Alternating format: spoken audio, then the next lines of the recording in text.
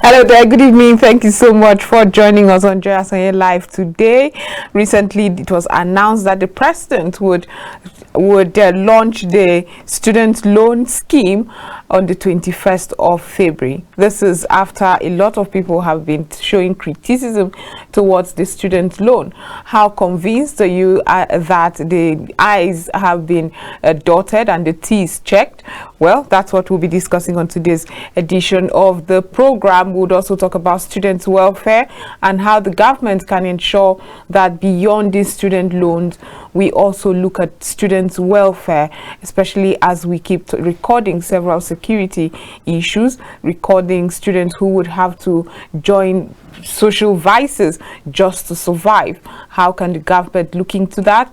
That's what we'll be discussing on today's edition of the program. And in the studio to do justice to that is Victor Adetolaju. He is a regular here on the program. He's the Association for Student Social Welfare in Nigeria, the founder of that organization. Thank you so much for being part of the program. Thank you for having me once again, John. Yes, you know, when you talk about Victor, you talk SDG, Victor is there.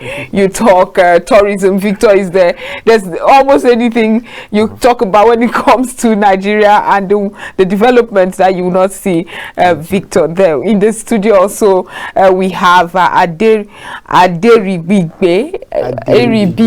right, Aderibigbe, okay, Aderibigbe, Sikiru, Adekunle. I would just stick with the ones that are very popular.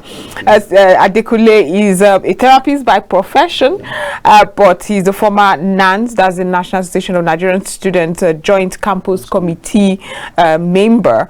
Thank you so much. That's the chairman, rather, from Ekiti State. Thank you for being part of the program. Welcome. Student loans, that's what we'll be talking about, but that's after we go for this short break. When we return, we'll get into the crux of the matter. Welcome back from that short break. I'll just go straight to Mr. Adetolaju right now. What is your concern? A lot of people have shown concern towards this scheme, the student loan scheme. In your words, what would you say most concerns you about the implementation and the whole scheme in the first place? Yes, so as a founder of Association for Student Social Welfare, like you said, I'm always in developmental space. You know, as a management consultant, I have interest in so many fields, and quite well I've devoted enough time to be able to provide solutions to major issues. Yeah, so concerning student welfare, we came into that space because of the neglect that has been observed for a very long time. You know, it is obvious that everyone that is a leader in Nigeria today passed through that stage. You know, being a student is a stage. So we discovered that immediately everyone graduates from that space, they just abandon that space. So that like everybody like, just I'm done with this, let's like, move. I don't want to do anything with campus, so including development or anything, they don't want to hear anything about it. So I happened to be doing a work at a campus environment in 2017, and I saw how students were battling with the issue of recession at that time, and you know, it was so appalling. There are students that were prostituting for a cup of gari. You know, it was very bad. There were some students that were going to the bush, into the forest to pluck unripe mango and pawpaw to eat. You know, it was so bad and terrible, and you know, we just felt like it can't continue like that, and that is the brainchild that started the organization. And then we begin to get interested in the issues, and we discovered that they were very vested issues. Yes, we faced our own share of it. Going to a public school, you know, everybody have a story to tell, but it is not normal. It's not supposed to be. You know, that's not what we should get used to. Yes. So let them just cut our mind back, you know, briefly, that it was not so in the 70s. It was not so like the recent 70s. You know, we had cafeterias in schools. We had you know, an engagement between the industry and the campus and town. You know, they call it town and gown relationship, where students are graduating, they are getting employed, you know, all those things. Then we begin a very deep dive into research to be able to look at these issues.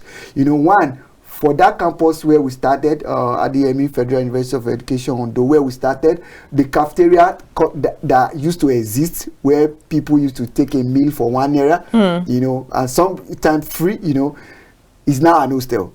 You know, this is just going down, and we discovered that in that time that the governments at every level are afraid of the tertiary institution space because of the volatility. At the time, there was a turn of event that NANS that was for policy now became for agitation, and then I think the military happened to contribute to that, where there was a riot nationwide and some students were killed, some were jailed. So that strategically transformed the role that NANS play in seeking and gallivanting for student welfare. So it's now like, Aluta continua. So everybody is just afraid. So that has covered the level of decadence in the social welfare of the Nigerian students. The accommodation, the housing, the feeding. You understand? In feeding, we identify that students participate in the market, in the economic structure of the staffs that are being paid. So the students structure we have in Nigeria does not allow for students to work and school. You know, we have lecture 7 to 7, Monday to Friday. You know, some that are even sponsoring themselves school there's no allocation for them. So those are the challenges. And then we now discover that students are not having skills. They graduate and go and learn one skill again. We discover that students graduate broke.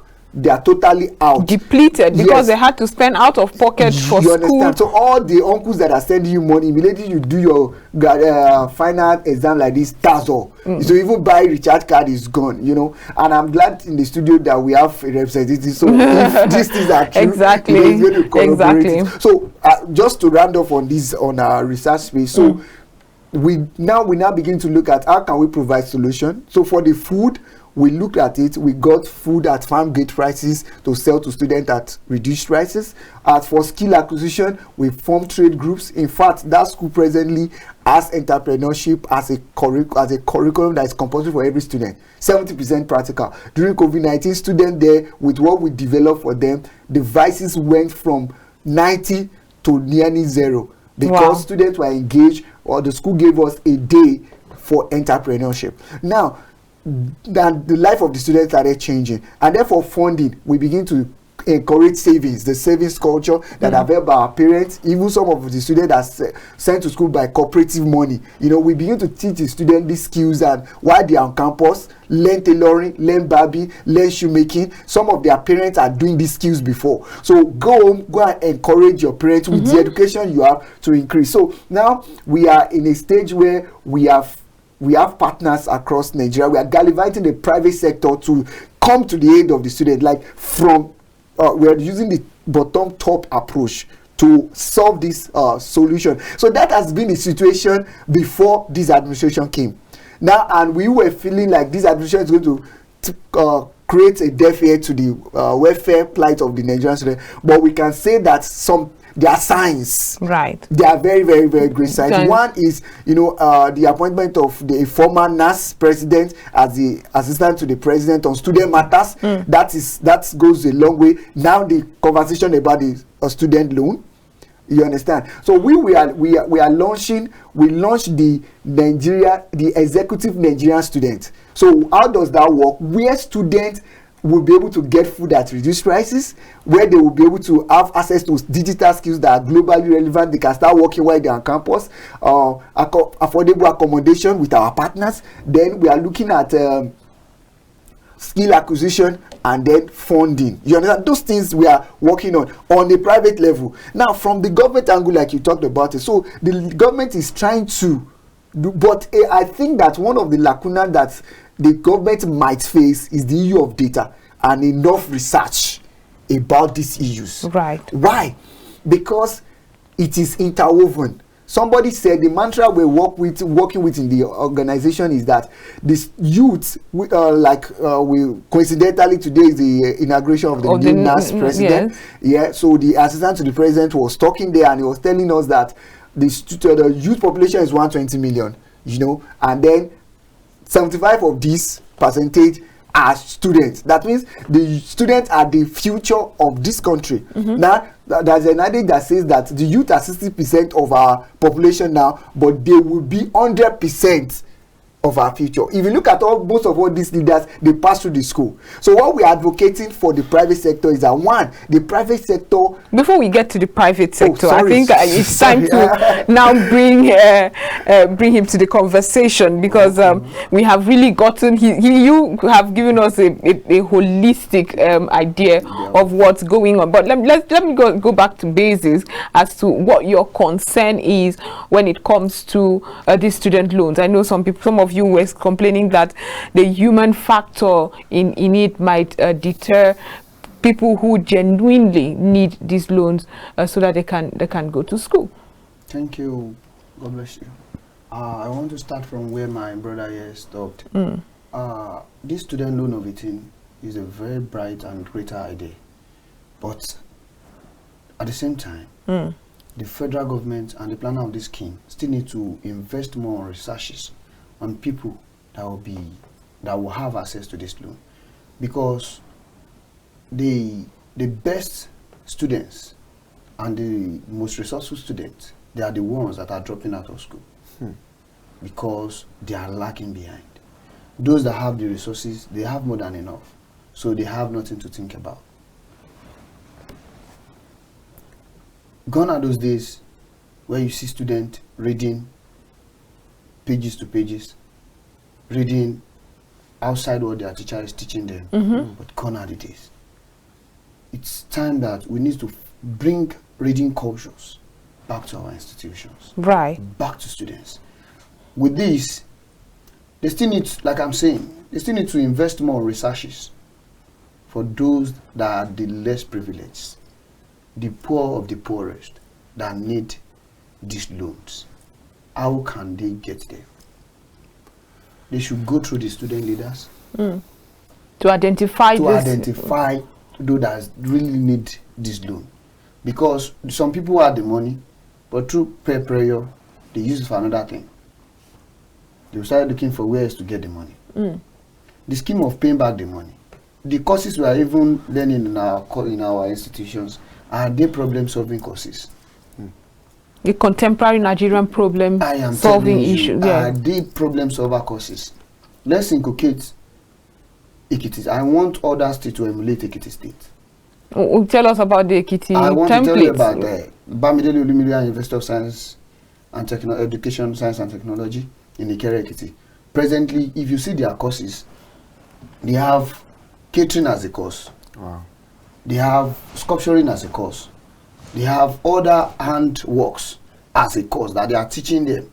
As they are graduating, you are collecting your certificate. When you are in school, you start earning money.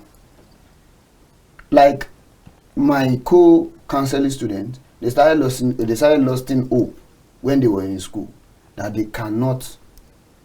How would they get a job? I told them there are a lot of jobs under counseling. It depends on how you want to make use of the idea and what you have been taught in school and your researches, what you want to use them for. That will give you privilege to meet people and to create jobs. The courses they are teaching us in this country, most of the courses are not problem-solving courses. And this is why we are still getting to where we are. And this is why we are still in this problem that we are today. And those that really matters, that understand the plight, that know what they are doing, they have nobody. This student loan, I'm telling you now, by the time this student loan of 18, they started using it. Thank God for the kind of SSC the Mr. President gave us. I know it's going to work tirelessly, at least to put things in order. But still, he cannot do it. He cannot do it alone. He cannot do it alone. When I was serving as the JAC chairman, he carried us along. He called us to a meeting. He talked to us on a monthly basis to know the state of the state address of our campuses, to know what we are really facing on our campuses. And that is kind of SSA we want to lead the student populace. And when we are talking about problem solving and this student loan of 18, how are they going to pay that money? A country where there's no job, how are they going to pay that money back? I think Ekiti State have an agricultural scheme we have now in Ekiti through the Ministry of the Youth and the Commissioner for Youth and the Commissioner for Agri that they have now in Ekiti. they already have those that will buy what you have planned. What you are doing, they will train you, they will give you equipment that you'll be using. And those that will already buy those things, they are already on ground. I think this scheme, if that loan should come to Ekiti and they give to those students, I think they have already know what they want to use that money for. And the scheme, how they are going to be paying back. I am telling you, go to those institutions today, started asking them, have you eaten today, have you eaten today, have you eaten today? Thousands of students, millions of students will tell you they have not eaten. And they are not lying. It is true. Because of the state of the challenges everybody is really facing. I'm sure that, of course, so it will be more on the students. When you are given that opportunity, they will go to school through, they will graduate. How are they going to pay that money back? Are you giving them jobs? Are you selecting them? What are the selection method you are using? Because in counseling, we used to call something selection method. You identify the problem and the challenges facing each person. And from that, you provide solution to what the challenges they are facing. So now, if you are giving student loan to any student, maybe you are giving slots. Because anything governmental normally come by slots. If you are giving maybe 200 slots to Ekiti State University, are you selecting them? And after collecting that loan, after graduation, are you giving them job to pay that money back? Or you are giving as a grant? It's obviously not a grant. There is according to the government. Yes, we must specify. There must be clarification. And the modalities to pay this money. Are they reducing the money from their parents? So there must be solution. They must prefer a solution. How they are going to be paying back this money, and it must be a workable one. Well, let me come back to you. In other climes, like the United Kingdom, it was pointed out that such student loans schemes or education loan are not really funded and managed by government. Very often there's companies that manage this. Do you think Nigeria should emulate that and go the UK way, for instance? Yes, you know, like I said, that loan schemes actually. We actually developed a model for loan scheme at a time, and we were way before now. Yes, we proposed that, and because we are looking at obviously for some of our programs, we are looking at the Germany model. We are looking at the Germany model.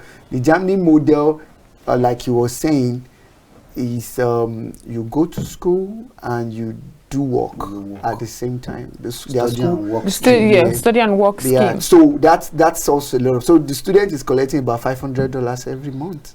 So that's why you have long workers. That's why they really strike, because when you are working in a shoe factory as an undergraduate, that's where you keep working. When you even graduate, you already just continue. You understand? So there is an integration.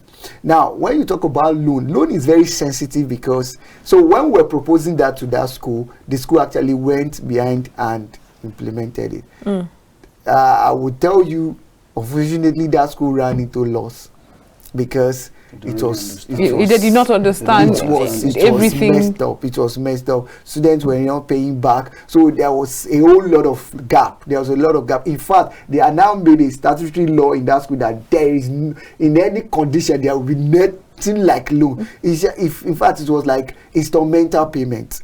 And you know, at the end of the day, there was no So like I will say, fair to say that, you know, the way we talk about this is as if it cannot be done in Nigeria. But we have a partner that actually, has developed a education technology to handle loans. Even before the government came with this thing, you understand that at 20%, and it's staggered, at 5% rather, it's staggered. Now, if government handle, because the loan money is actually coming from TED Fund. TED Fund collects 1% from organization, education tax. So that is what is going to be funding the loan. And like you said, we should not forget the kind of climes that we belong to. You understand? The issue of slot and things like that is going to, that might bastardize it. And then I think what we need to, I know there's the document have gone through a lot of editing, scrutiny, there has been a public hearing on it. We had representation there. You know, there has been a lot of stakeholders engagement. But one thing that has actually been an issue is that when things are made for a set of people in Nigeria, the people really involved are not really carried along. Like you mentioned that the members, the leaders of the students should be carried along. You know, is that how will this thing, like the media carrying the student along, how will this thing be implemented? And I've not seen a body language of the populace accepting and agreeing to it. You know, because there are some things that will actually signal that, like you mentioned, I like what you said, that problem solving skills. Exactly. You know, that's a very fantastic take, that we key into this thing and say, okay, we want to fund this type of lifestyle. Is it the curriculum that my fathers used and I'm still using after 40 years that is going to be funded? You know, so many students are going to school just maybe for going to school sake, just while time, and say, okay, whether I just do this, I do AYC, and then I start my life. Just to be proud of that. Just to be proud and be able to tell their parents that they have done something. You understand? That means we are not evolving. Our curriculum is not evolving. So do we want to go to that as looking at how embezzlement happened in Nigeria? You understand? Is a sad clause. It's a sad clause that we've not been able to develop a societal capacity to develop to produce leadership. I mean, leadership that can solve our problem. There is no community, there is no society that does not have issues. But we have not been, one of the things that we have not developed is, we have not developed our own type of leader. That is peculiar to our people. To us, you know, that like we call it in our organization, we say indigenous solution for indigenous problems. You know, when we copy from here, I'll be able to internalize and be able to provide the solution. And that is what we are working with. To be able to look at, okay, the student cannot afford food. What do we do? Like, okay, and you know, it's time to go for a short break, but those are very important issues that would continue that discussion after this short break. We'll be right back. This is still Joy Asonye Live. Welcome back from that very short break. As you already know, we have been discussing so much about the student education loan. We call it the student loan, and we've gotten to that point where the conversation is getting heated, speaking about, has the government really looked into how these students would repay these loans effortlessly? We have over 37, that's in some climes, the statistics for unemployed Nigerians at the moment. And when we talk about the welfare of students and the vices they are sometimes made to be part of just to survive, how can we incorporate other initiatives that can help the Nigerian students in their curriculum, allow them to work as well as school? That's where we've gotten the conversation. Victor Adetolaju is still here, founder, Association for Student Social Welfare in Nigeria. We also have Aderibigbe Sikiru Adekunle, a therapist by profession and the former NANS Joint Campus Committee Chairman, Ekiti State. Thank you, gentlemen, for still being part of this. Now, let's just go to you. The curriculum Nigeria still holds, like we had established earlier in the show. I think my father, I think it is the one my father used. I think word for word. Word for word. I need to, word for word. We need to still work, because this curriculum is not really helping us. One, for instance, the curriculum our forefathers used, we are still using that curriculum. Right. True. And this curriculum does not really, you know, tell us, education is what, according to Castu, education is what happens to us from the day we were born to the day we die. And with this, Nigerian curriculum does not really, you know, picture the whole thing, that reality. It is not only about white collar job. It is, education is about your own productivity. What can you do with what you are studying in school? Some cannot really relate what they study in school to what is happening in the society currently. Like, I spoke with a man this afternoon, and I told him some things that can really solve this problem. Nigerian problem is the problem of, you know, the poor mentality we have as a country. Nigeria is where you will find someone who have a bag of rice at home who will still go and fight for a plate in the party. That is, Yeah. So something is going wrong with our mentality in this country. So, and we need to start from scratch. And the aspect the government still need to work on is this counseling aspect. Where is those counselor, the ancient counselors then in those schools? They are the one rehabilitating the stubborn student then, that they will hold them tight. They will even tell you, they will go to their parents and tell them, can you allow this boy to stay with me? And they will rehabilitate their life. Where are those counselors? If you go to some of our primary and secondary schools today, they don't have counseling office again. The part of orientation in this country, I think the government still need to focus more on this orientation of the thing. Because I used to correct youths and students like me. Some students used to tell me, why do you choose to, you like politics, and they used to castigate me, and I will call them and orientate them. I cannot be speaking outside the fence. I need to join them. When I join them, I understand how the game is being played. And then you can. When it was done, and I realized that people are just complaining that bad leadership. Bad leader is from one house. It's from a family. So what he was taught in his family, a leader that was taught how to feed others, he will feed. A leader that is taught how to, for himself, that is self-centered, he is going to, spread it to the society. So we need to work on our mentality in this country. Our curriculum is not really favoring the situation of this country at all. Because I will still repeat myself, we need to introduce problem-solving courses. In our school, they will teach you A for apple. Where is the apple? To show them that is a for apple. Is there any apple in Nigeria, any apple tree in Nigeria to show them? If the foreigner does not bring apple, how are we going to see? What are you going to use for the example for those students to understand what they are teaching more? They will teach you. We have many mechanical engineering students now who will be driving their car and the car will be faulty. They won't even know what to touch. They don't really work on that practical aspect. We work on that the theoretical aspect. The lecturer will just teach and go. But I mean, Victor, we're talking about a system where you're still teaching children who have tablets at home, tabs like the electronic tabs at home. They're teaching them the computer. I mean, that desktop computer. Where are they ever going to see that any longer? The world has long gone past that. I remember a child coming to say, I saw a picture of a mouse. I've never seen a mouse. Can I see and know what a mouse looks like? These are children who have to touch the screen and commands are made. So the curriculum is such a problem. They're still being taught floppy disk and floppy disk. I mean, 1977 program. Exactly. Okay, let me. But before you land, I just want you to tell us how we can tweak this curriculum such that we do not lose the quality of education while also inculcating these entrepreneurial and contemporary skills that solves the today problem Nigeria has. Okay, yeah, so like I was saying that I studied education.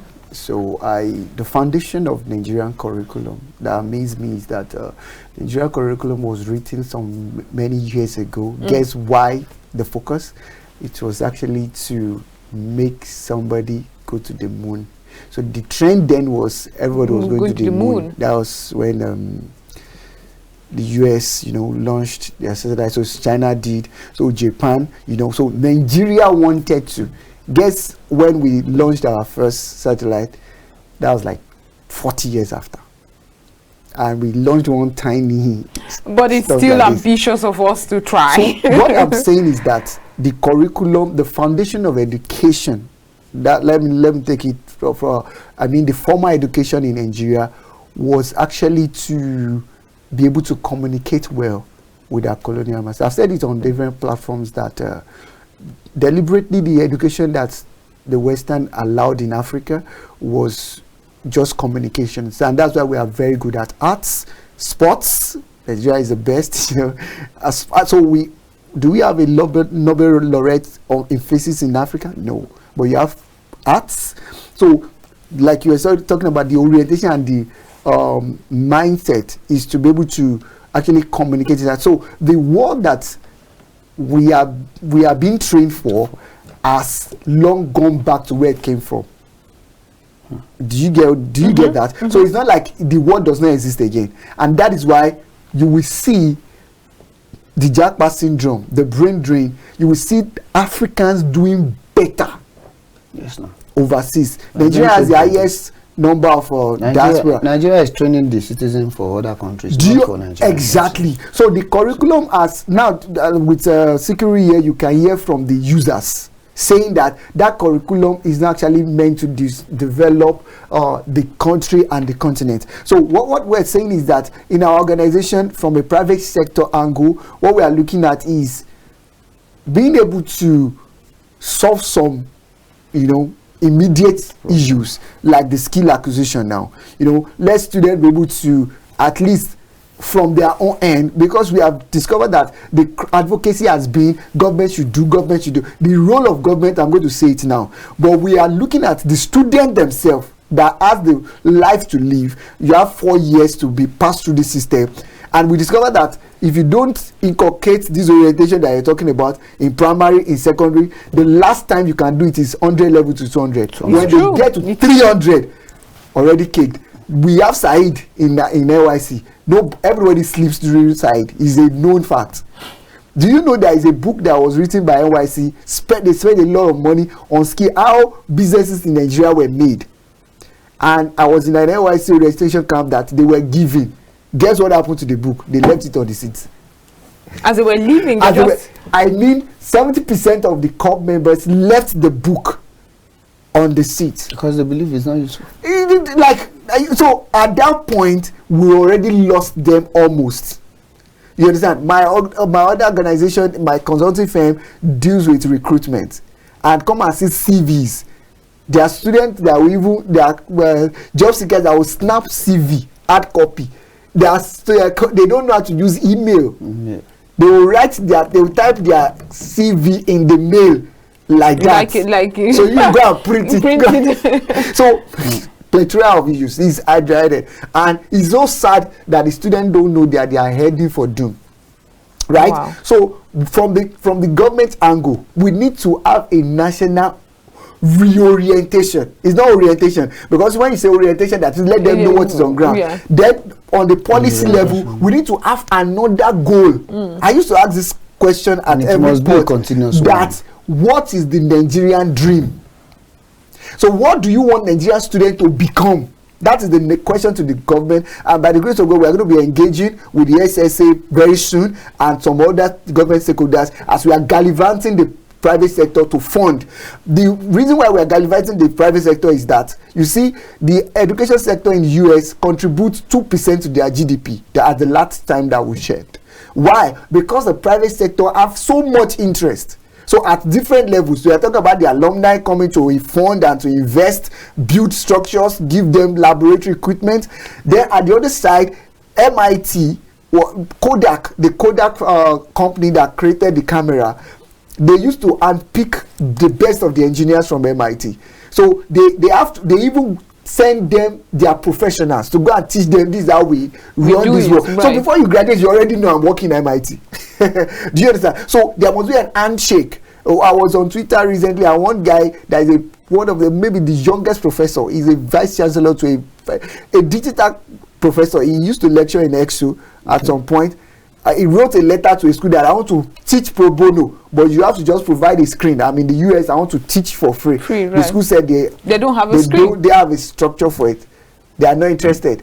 So yes, the academic, there's a lot of structure. Then they clamor for the IPPS. The research that are being done, I can casually tell you that your project is sitting somewhere, sitting in some shelf. My friend at the technology school developed a robotic arm. It's not in use. It cannot go to commercialization. So we are proposing in our organization that let a math student, physics student, chemistry student come together, do joint projects for commercialization purpose. We need to put our brain to use. So a student that, if they have come together to produce a robotic arm, a meter switch, a FUTA student, Federal University of Technology Akure student, created a device that can detect when there is light up NEPA boys, you know, those boys, they did, you know, a lot of inventions going on in the school that we want to commercialize. Even we have a good example now that we can cite at FOE. They launched their first electric car in Nigeria just of recent. Yes. And I think if federal government can divert attention to those things, Right. so, and you know, provide, you know, things needed to provide more. Because currently now, you know, the fuel of a thing is our problem. But if there can be more of electric cars, there will be solutions to this. You know, so we have students who can also provide solutions, but they don't have the resources. True. Would you say that the government should rather look into our research R&D? Critically, they should look into our, you know, curriculum and look. They should do more researches. We have resourceful students. True. I like that. We have resourceful students. When I was in school, I invest in catering. I studied catering when I was in primary, secondary, when I was in secondary school, and I started doing catering. And you know, till today, I still have to train. I used to train, you know, students that I know that they are need this and they need these things, but there is no enough resources to train them more in a large capacity. But the little I can do, I used to train them, and you know, I have the little instrument I have. I can give it to them. Go and use it. Then, you know, I will rent it out to them. But if government can divert attention to this, or this private sector organization, if they can divert attention, train students in marks on catering, train students in marks on, you know, videography and all those things, then you have the instrument that you give them. Go and use it, pay instrumentally, then you earn your own money. From there, they will generate income for that organization. They will generate income for themselves. That's true. And they will be living fine. They will be doing fine. That's true. Okay, we're really running out of time, so I would like your final thoughts on this issue of student welfare and the student loan, and how moving forward we can think students. I know that the government had looked into it, and I think there's the initiative for school feeding, but that's just school feeding for pupils. Pupils, exactly, in primary school. But what should we do? We have students in tertiary institutions who are suffering as well. So what are your last thoughts? Yes, coincidentally, the first stakeholders meeting by the assistant of the president on school feeding held today, and we were part of that deliberation too. And a lot of stakeholders, the United Nations were present, African Union, Action Aid, a lot of conversation, and a lot has been going on in school feeding, you understand, holistically. But yes, what, like I said, the government cannot do it alone. Like Sikiru was saying, we have, because the government just find a way of sidestepping the workforce. Our workforce is the youth. That has actually made it to make the private sector not look the way of the tertiary institution, and which we are correcting that impression right now. Now, for government need to keep, you know, emphasizing the political will to create an enabling environment, you know, to be able to look at the youth from another angle. You know, look at the youth not just as a protest instrument. Like I was on a program in Senegal, and I was telling them that the youth does not need empowerment, because the youth, their strength is their power. So what do you want to empower again?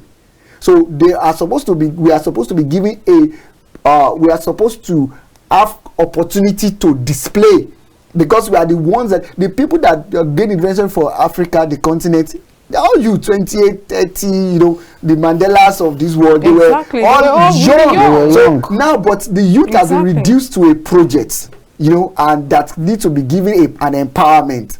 You understand? We need to critically look at. That's why countries that are thinking in this direction. That's why we can have a Macron as a president. You know, recently we saw the president of Grenada, a very young guy, maybe in 20-something. So do you know the problem of this thing you are talking about? In counseling, we call it overprotective. Who is overprotective? When the government are overprotective of the youth. Yes, they are overprotective. They don't want crisis.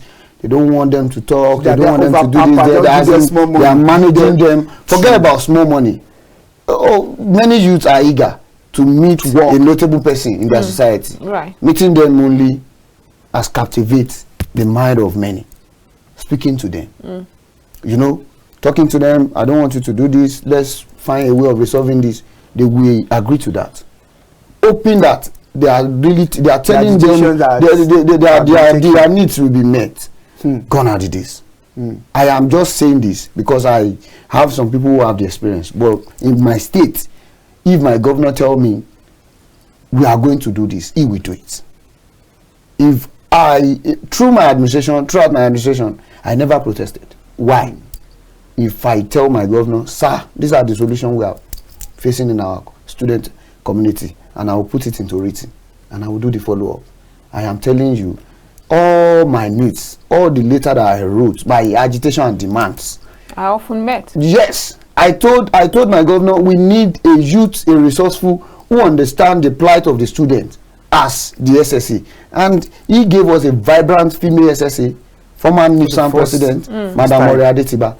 We have her now as an SSA in Ekiti State. We said we need the separation of Office of the SSA students and Office of the SSA youth. He did, because we know that when the students need what is meant for them, right, the youth, the SA youth and student will tell you he has attended to the youth. But when the youth are going to the SSA, he said I have attended to the students. So right, we need to now separate the office so that we know that anything concerning the student, we are going to students. Anything concerning the youth, we are going to the youth. That's a dicey one, because I mean, when you the state got that right. Well, thank you, gentlemen, for being part of the program. We really have run out of time, but I like what you have said as to giving us insight into the plight of the Nigerian students and the way forward.